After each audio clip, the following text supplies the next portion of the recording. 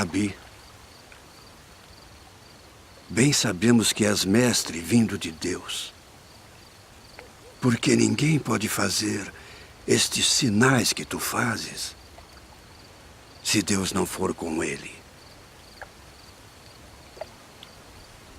Na verdade te digo que aquele que não nascer de novo não pode ver o reino de Deus. Como pode um homem nascer sendo velho? Pode, porventura, tornar a entrar no ventre de sua mãe e nascer? Na verdade te digo que aquele que não nascer da água e do Espírito não pode entrar no reino de Deus. O que é nascido da carne é carne. E o que é nascido do Espírito é Espírito. Não te maravilhes de te ter dito: necessário vos é nascer de novo.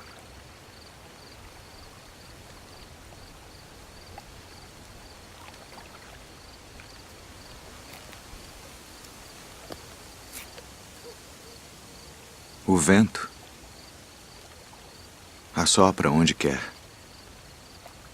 E ouves a sua voz, mas não sabes de onde vem, nem para onde vai.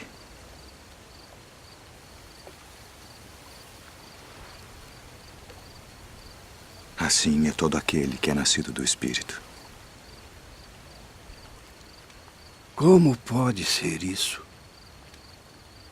Tu és mestre de Israel e não sabes isto.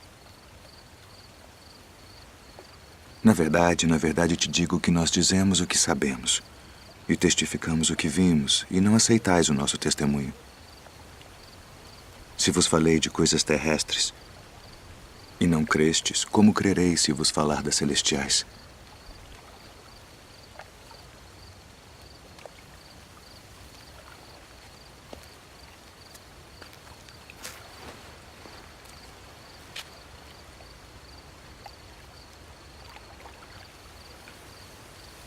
Ninguém subiu ao céu, senão o que desceu do céu. O Filho do Homem que está no céu. E como Moisés levantou a serpente no deserto, assim importa que o Filho do Homem seja levantado, para que todo aquele que nele crê não pereça, mas tenha a vida eterna. Porque Deus amou o mundo de tal maneira que deu seu Filho unigênito, para que todo aquele que nele crê não pereça, mas tenha a vida eterna. Porque Deus enviou seu Filho ao mundo não para que condenasse o mundo, mas para que o mundo fosse salvo por ele.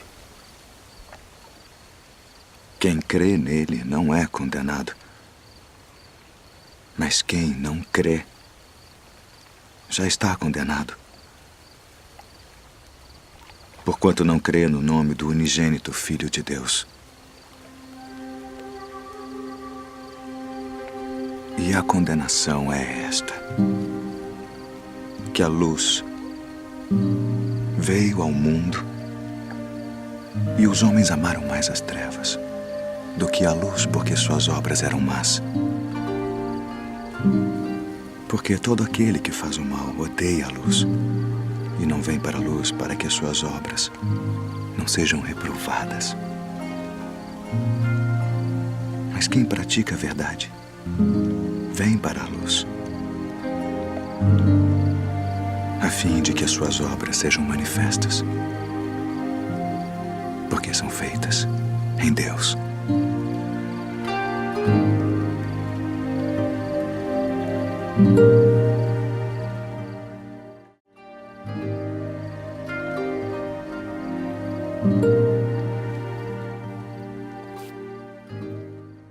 Nós estamos anunciando ou pregando aqui nos domingos à noite uma série de mensagens sobre encontros com Jesus.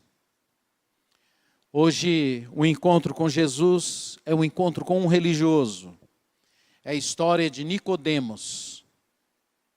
Nicodemos é uma figura interessante, um homem importante, um religioso da mais alta importância no seu mundo, no seu tempo. Ele tinha uma espécie, um certo poder. E o poder, como nós sabemos, ele se manifesta de várias maneiras, de várias formas. Às vezes o poder ele está relacionado às questões intelectuais, às pessoas que têm mais informação, às pessoas que têm um domínio intelectual maior, aqueles que têm uma certa condição de relacionar a realidade e a ciência. Elas têm uma possibilidade maior de serem, do ponto de vista humano, mais bem-sucedidos. Eles têm possibilidades de estabelecer relações humanas mais profundas, mais sérias. Nicodemos era um desses homens, um intelectual, um poderoso, um religioso. Às vezes, nem sempre as pessoas poderosas precisam ter dinheiro. Era o caso dele, talvez. Apesar de ser influente, ele não se afirma que ele era uma pessoa rica. Era um rabi, era um mestre. Estava acima da média da sociedade. Ele participava de um grupo, que era uma elite naquele tempo. Roma dominava a cidade de Jerusalém, dominava Israel, dominava o mundo. Mas Roma tinha uma atitude política que era de não confrontar os poderes religiosos dos povos aonde eles dominavam.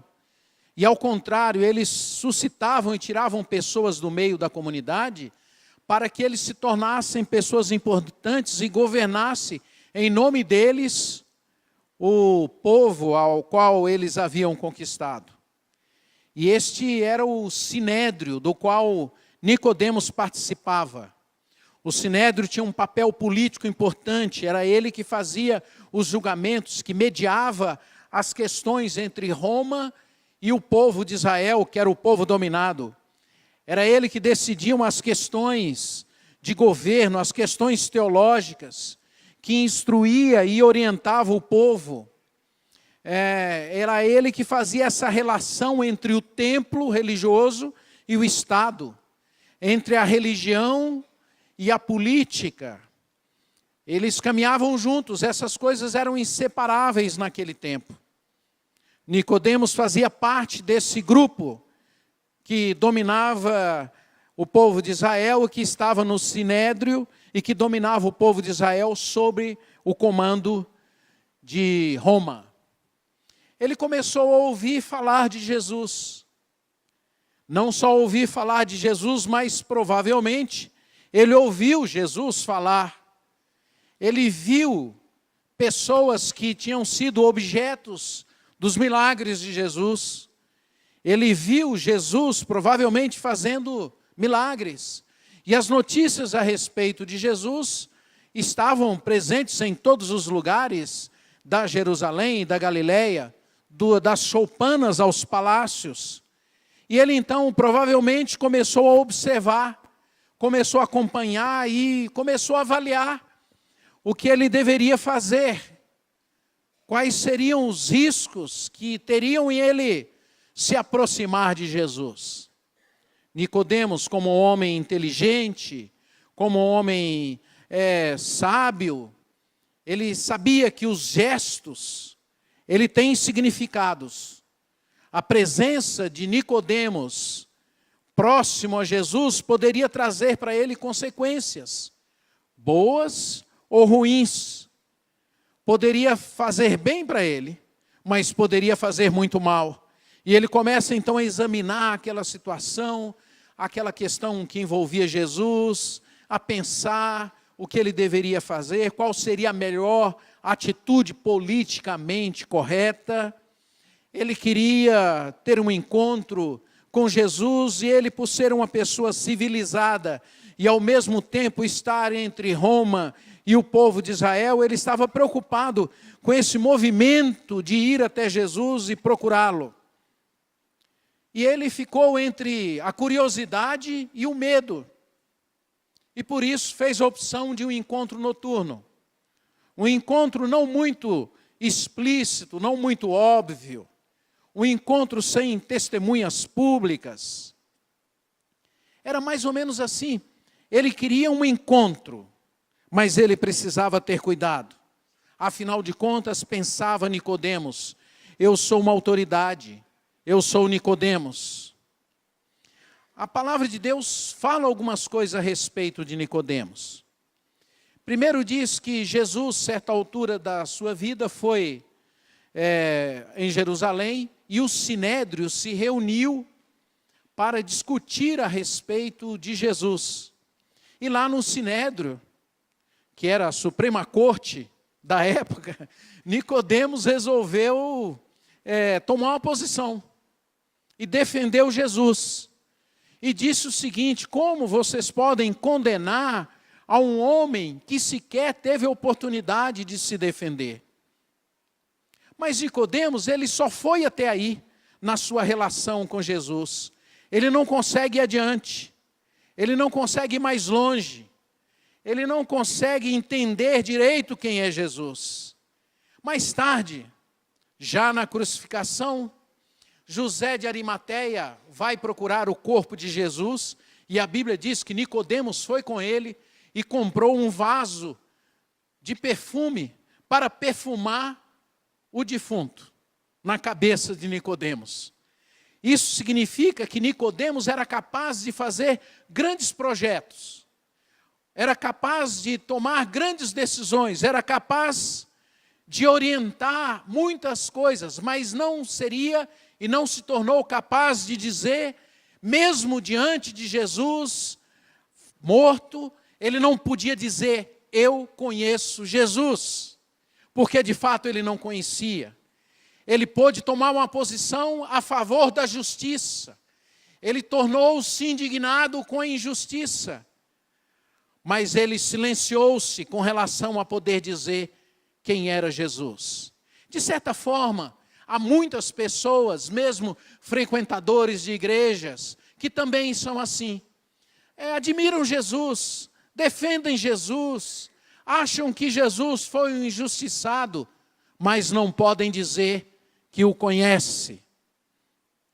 O nome de Nicodemos é uma coisa muito interessante. É Nico-Edemos. Nico-Edemos. Demos é povo. Não é demônio, gente, é povo. E Nico é imagem. Daí, há muito tempo atrás, as imagens serem imprimidas nas moedas, e aquelas moedas serem chamadas de níquel. Vem dessa palavra grega, é a imagem. Nicodemos é a imagem do povo. Era isso que significava. Isso representa que Nicodemos, ou pelo menos a sua família, era uma pessoa que estava preocupada com a imagem de Nicodemos diante do povo, com a estética, com o externo, com as questões de como as pessoas o viam, o enxergavam. Naquele tempo, como hoje, as pessoas se preocupam muito com a imagem. E Nicodemos era alguém que o nome fazia justo àquilo que ele era. Ele era alguém muito preocupado com a imagem. Por isso ele ocupava aquela posição no Sinédrio. Por isso ele era um religioso. Por isso ele era um intelectual. Por isso ele era alguém que estava preocupado com a imagem que tinham a respeito dele. Colocado isso sobre Nicodemos, é importante agora que a gente vá para o texto e comece a entender o diálogo entre ele e Jesus. Claro que é preciso esclarecer que Jesus Cristo veio a esse mundo para desconstruir aquela proposta religiosa que estava presente na época em que ele veio. É um processo de desconstrução. E Jesus vem para desconstruir aquela proposta religiosa e começar um novo relacionamento com os filhos de Deus. Aquela proposta anterior era uma proposta de uma consciência cínica, de uma consciência de gente insensível, de gente já com o coração endurecido. Era uma proposta em que eles não se importavam mais com Deus. Eles se importavam apenas com as exterioridades, com os cultos, com as reuniões, com o externo. E eles faziam aquelas coisas para mostrar para as pessoas. Eles não tinham mais nenhuma relação com Deus. E Nicodemos fazia parte desse mundo. Para ele aquilo era a vida. Para ele aquilo era a forma adequada de se relacionar com Deus. Para ele aquela era a maneira de se entender com Deus.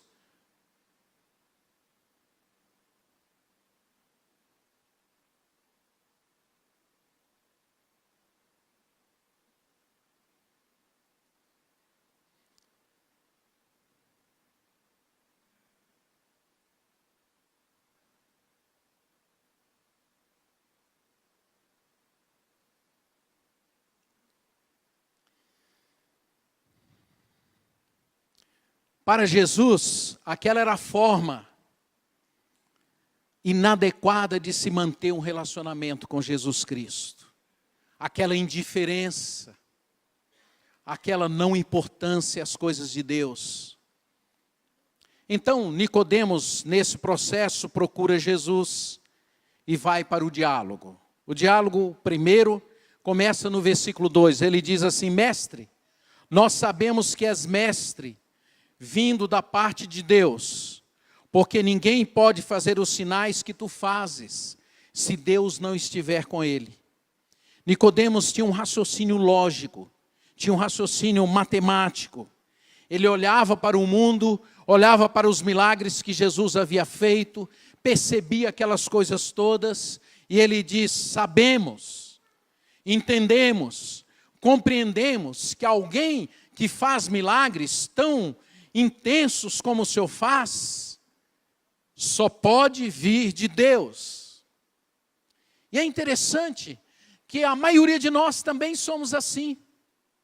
Nós somos lógicos, nós somos racionais, nós falamos assim: há um sinal de Deus, há uma natureza maravilhosa, os milagres acontecem, alguém é curado, e nós imediatamente deduzimos que aquilo foi feito por Deus.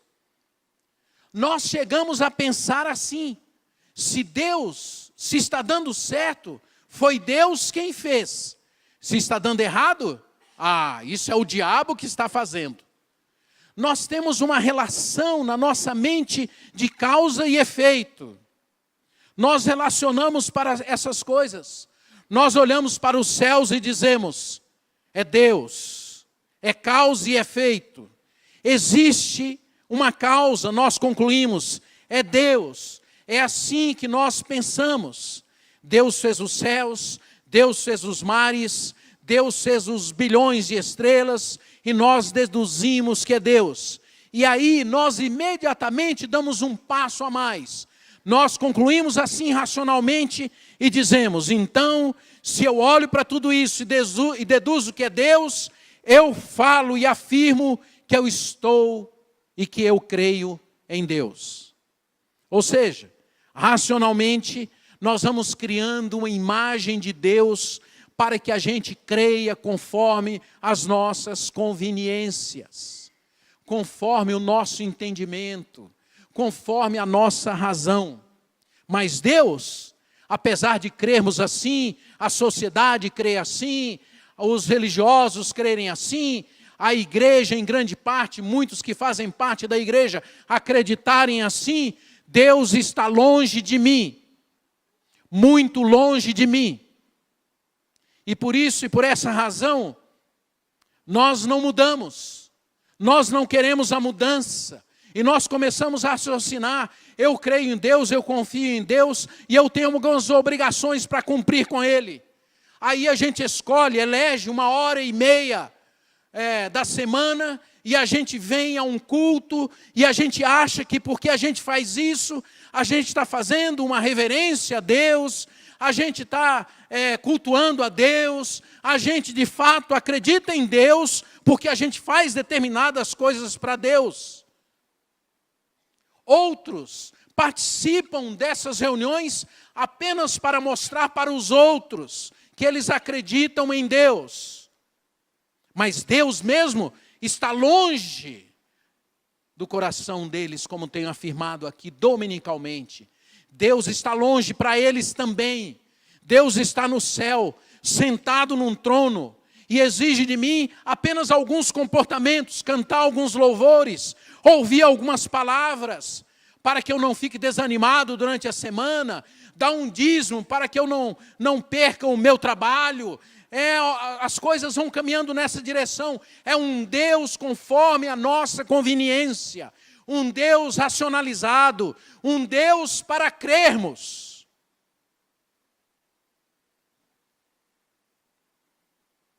Mas não mora no coração. É um Deus longe do coração, longe de cada um de nós. Na maior parte das comunidades, Deus está muito longe. Quem está perto é o diabo. Aí as pessoas começam a encontrar o diabo em tudo quanto é coisa, em toda e qualquer situação. Para Nicodemos, Deus estava longe. E ele racionalizava e pensava que ele sabia e cria em Deus. A resposta de Jesus não ajuda Nicodemos. Está no verso 3. Ele diz assim: em verdade te digo, se alguém não nascer de novo, não pode ver o reino de Deus. Quando Jesus responde isso para Nicodemos, ele tira o Deus de fora, que estava apenas na mente de Nicodemos. Ele tira esse Deus da conveniência, esse Deus explicável, esse Deus lógico, esse Deus dedutível, esse Deus causa e efeito, esse Deus que estava apenas na mente de Nicodemos, e ele coloca agora, Jesus coloca Deus para ir para dentro do coração de Nicodemos. E Nicodemos tem uma reação negativa, porque Nicodemos continua acreditando que ele sabe quem é Deus. Eu quero esclarecer mais uma vez. Crês tu que Deus é um só? Fazes bem, até os demônios acreditam. Não é isso que muda a vida. Acreditar que existe Deus não é o suficiente. É por isso que Jesus chama as pessoas e chama Nicodemos para o útero, para o ventre, para dentro, para o líquido amniótico, para o embrião, para uma existência fetal. Nicodemos, você precisa nascer de novo, porque o reino de Deus é de dentro, não tem visível aparência, não obedece às lógicas, não tem explicações, porque não tem essa visibilidade externa. O reino de Deus é de dentro para fora, é dentro do coração, é fruto de algo que nasce em Deus e vem para dentro de nós. Não é pela razão, pelo intelecto. Aí Nicodemos reage, vem um segundo diálogo. Nicodemos pergunta para Jesus: como pode um homem nascer sendo velho? Pode, porventura, voltar ao ventre materno, nascer a segunda vez? Nicodemos, ao fazer essa pergunta, ele está ironizando. E, naturalmente, que Nicodemos está desprezando aquilo que Jesus está dizendo para ele. Mas Jesus é muito diferente de qualquer um de nós. Talvez, se fosse eu, desse um outro tipo de resposta para Nicodemos. Nicodemos apela para a lógica, novamente. E nós somos assim. Nós não queremos Deus nascendo em nós. Nicodemos não queria entender uma coisa tão simples que Jesus estava falando. Jesus não estava falando de encarnação. Jesus não estava falando que ele tinha que diminuir e ser reduzido a um embrião e voltar para o ventre da mãe dele. E Nicodemos sabia, mas ele ironizou, ele reagiu mal. E é assim que nós fazemos com Deus. Nós reagimos mal, nós não queremos Deus nascendo em nós. nós fazemos qualquer coisa para que Deus não venha para dentro do nosso coração. Nós fazemos obras externas, nós agimos religiosamente, nós cumprimos obrigações, nós fazemos muitas coisas, mas queremos que Deus fique fora, longe de nós. Nós queremos comprar Deus, mas não queremos que Deus venha para dentro de nós, que Ele se torne, entre no nosso útero, no nosso coração, que Ele seja gerado em nós. Nós não queremos, porque se quiséssemos, a nossa vida seria diferente do que ela é. Se quiséssemos, os nossos cultos seriam diferentes do que eles são. A nossa entrada no templo seria diferente. O nosso louvor seria diferente. As nossas ofertas seriam diferentes. O nosso viver um com os outros seria diferente. O nosso vir aqui e ouvir a palavra de Deus seria diferente. Nós não teríamos uma pessoa aqui batendo papo e conversando. É porque não queremos Deus dentro do nosso coração. Porque quando Deus vem e faz morada em nós, Ele muda a nossa vida. Não há um homem e uma mulher que seja habitado por Deus, que não tenha alegria de ser dominado por Ele, e o prazer e a alegria de segui-lo.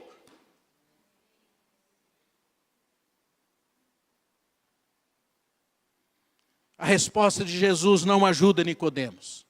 Novamente,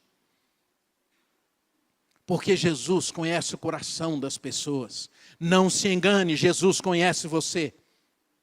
Jesus sabe quais são as motivações pelas quais você vem a esse lugar. Em verdade te digo, quem não nascer da água e do Espírito não pode entrar no reino de Deus.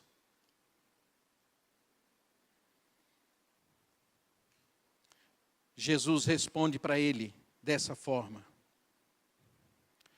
você quer o lógico, o certinho?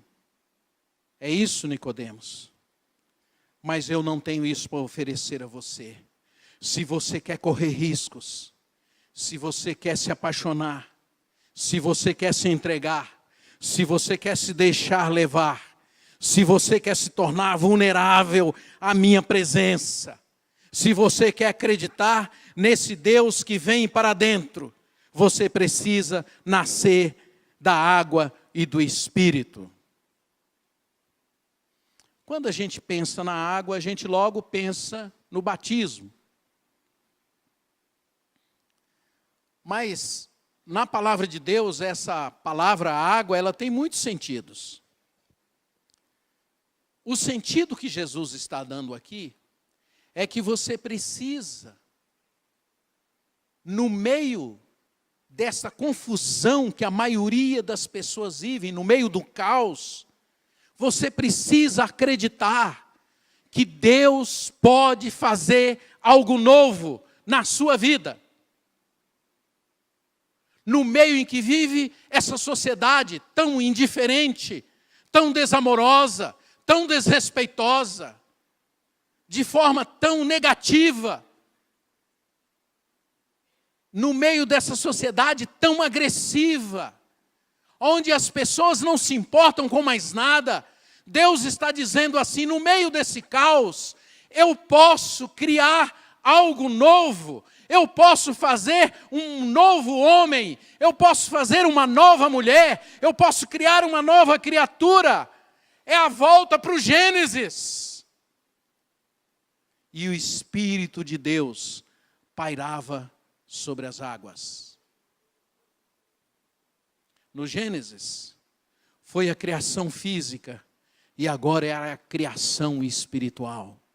Um novo ser, um novo nascido, alguém que nasce de dentro para fora. E Jesus diz: quem nasce da carne é carne, mas quem nasce do Espírito é Espírito, é de dentro.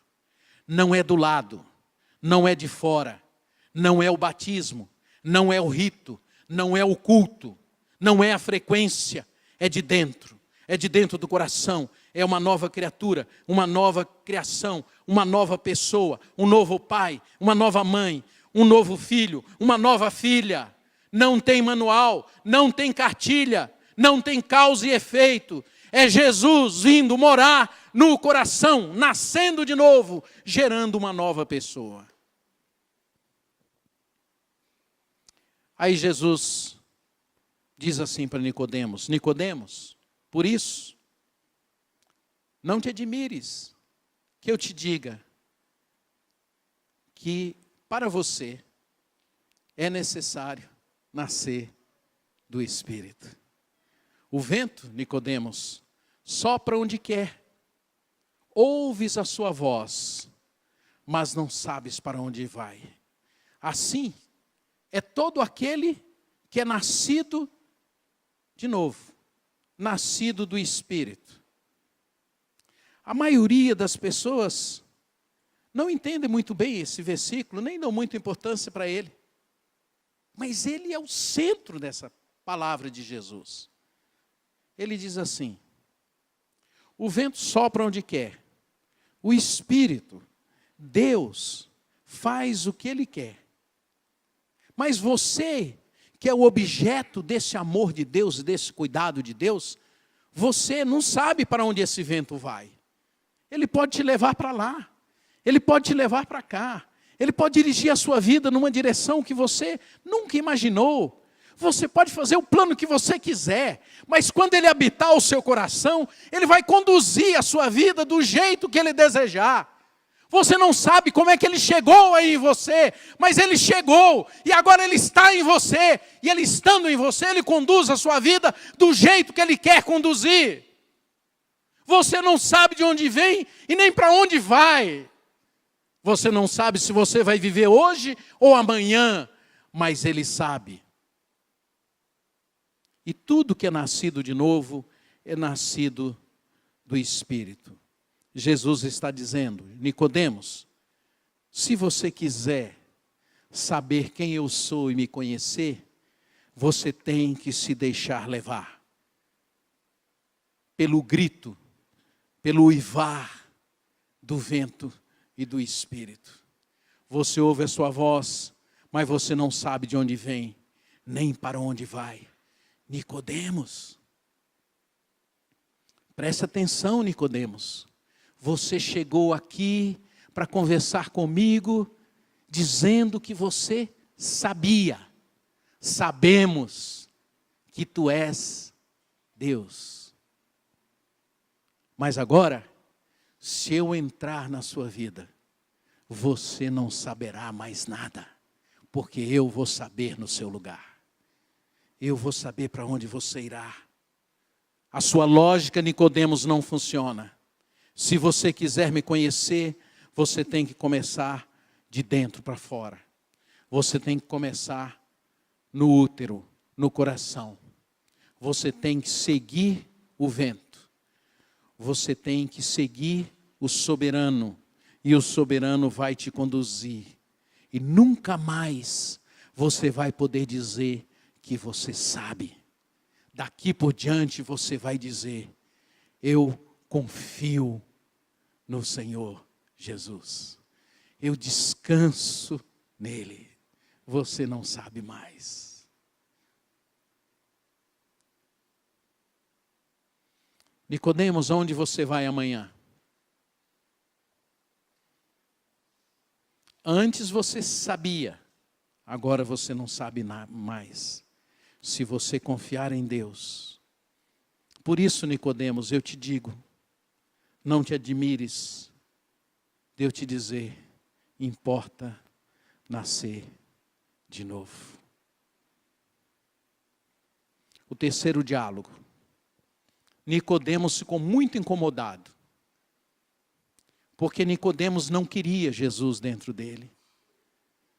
Nicodemos queria ter o controle da vida dele. Você é assim? Você quer controlar? Nicodemos queria saber o que ia acontecer com ele amanhã. Nicodemos queria controlar a existência dele. Ele ficou muito incomodado. E Nicodemos, então, incomodado, perguntou: Senhor, como é que pode acontecer isso? Nascer da água e do Espírito? Isso é coisa de gente que não está sensível às coisas do coração, da alma, da emoção, do espírito. Quer saber como. É o processo. Todo mundo quer saber quais são os passos. Eu quero saber qual é o passo que eu vou dar amanhã. Eu quero saber como é que eu faço para ser crente. Eu quero saber como é que eu faço para ser isso, para fazer aquilo. Eu quero saber como é que eu faço para ser bem-sucedido. Basta você olhar os livros que tem aí. 7 passos para ter um casamento feliz. 7 passos para você não tornar o seu casamento envenenado. Já viram, não? Eu já. 7 passos para você fazer isso, fazer aquilo. Todo mundo quer saber como. E com Deus as pessoas também querem saber. As pessoas querem saber a vontade de Deus antes, para depois elas decidirem o que elas vão fazer. Acho que Deus não está querendo o melhor para nós. Essa vontade dele não é muito boa, não é muito legal. Então eu não vou querer. É assim, nós somos lógicos, racionais. E Nicodemos queria saber qual era o processo para ele nascer de novo. E Jesus então responde para ele, é interessante. Acudiu-lhe Jesus. Aí quando você lê isso aqui, você fala, agora Jesus vai dar uma aliviada. Agora ele já deu umas beliscadas em Nicodemos, agora ele vai dar uns beijinhos, né? Vai acalmar Nicodemos. Não. Ele diz assim, você é mestre em Israel e não compreende essas coisas? Olha, deixa eu dizer uma coisa para os irmãos e irmãs. Eu já sou pastor há 35 anos. 10 anos antes eu era missionário entre jovens. E quanto mais adulto eu vou ficando, né, para não dizer aquela palavra que nem gosta de falar, eu vou percebendo que as pessoas que participam da vida das igrejas, de tanto elas ouvirem, elas acham que elas sabem.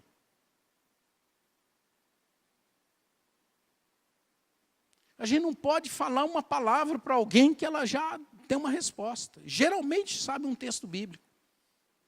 E eu fico quieto. A pessoa fala um versículo da Bíblia para mim e eu fico quieto.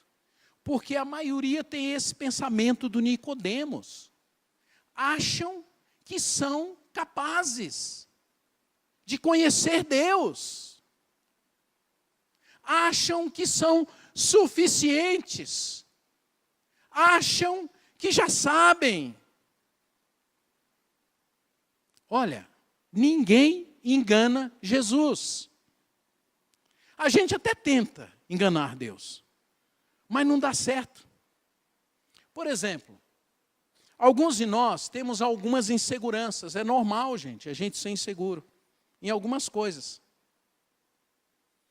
Aí a gente resolve tentar resolver a insegurança com alguns tratamentos. A gente procura ficar ouvindo boas palavras.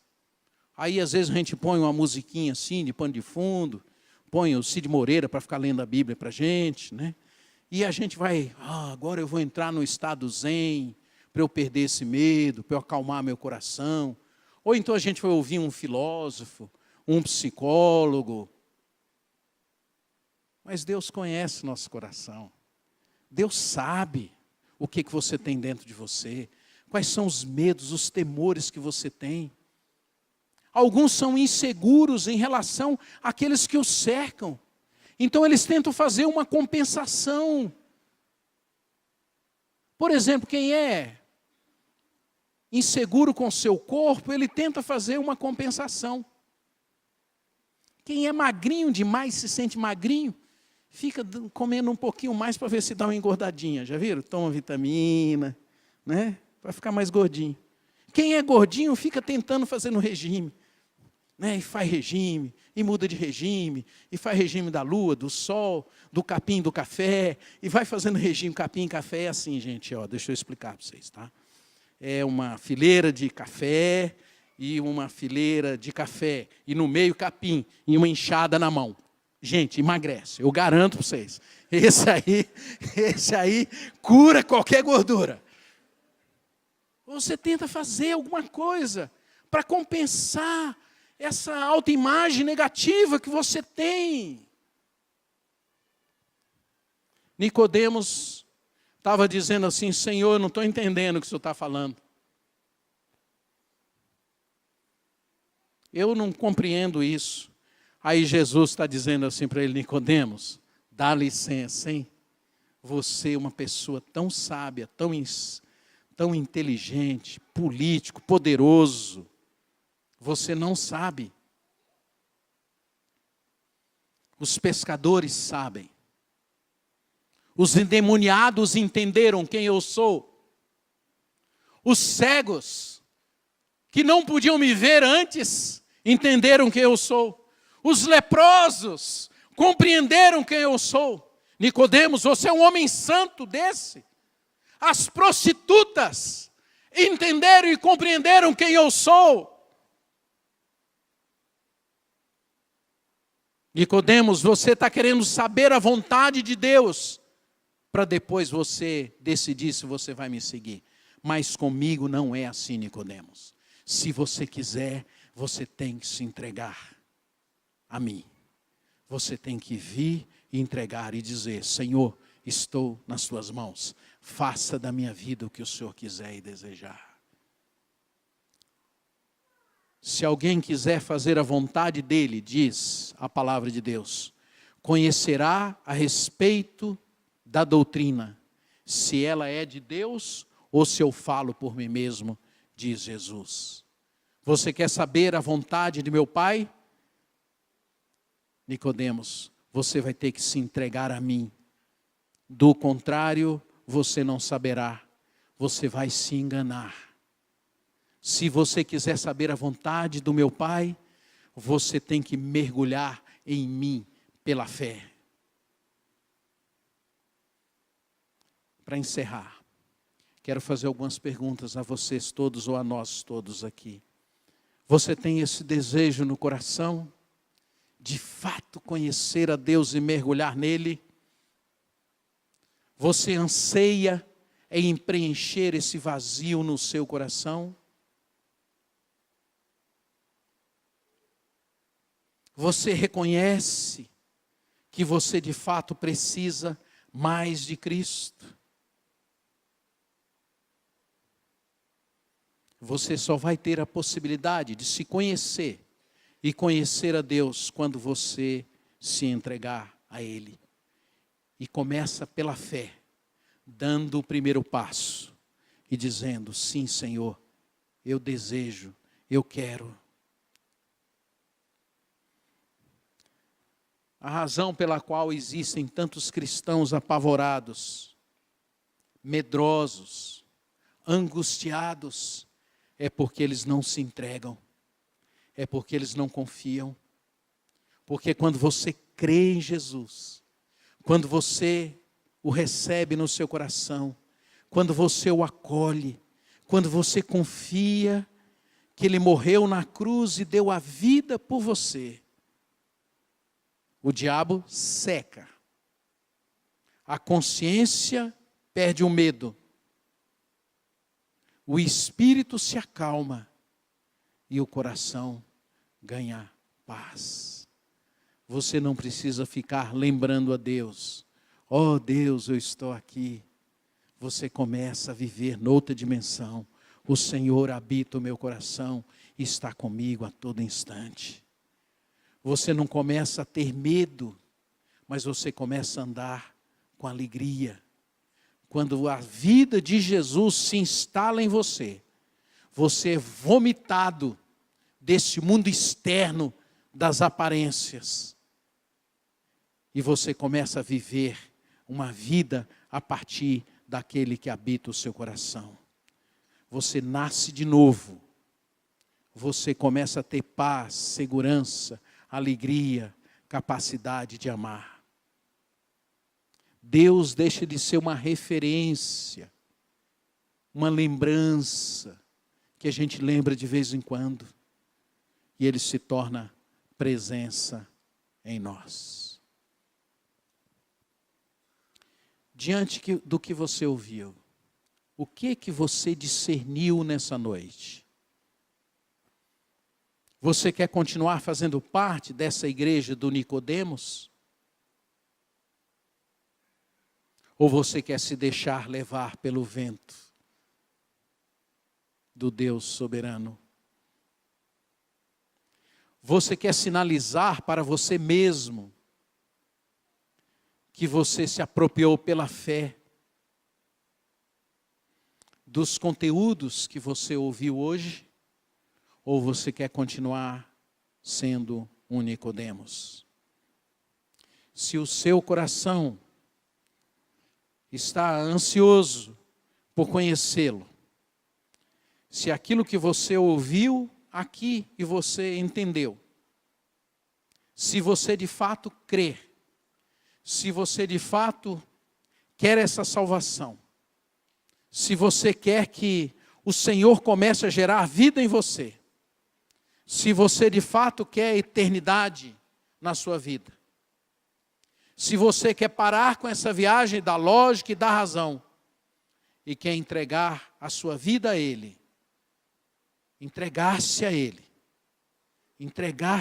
mergulhar nele, eu quero te convidar para você fechar os seus olhos por um instante e você fazer uma oração a Deus.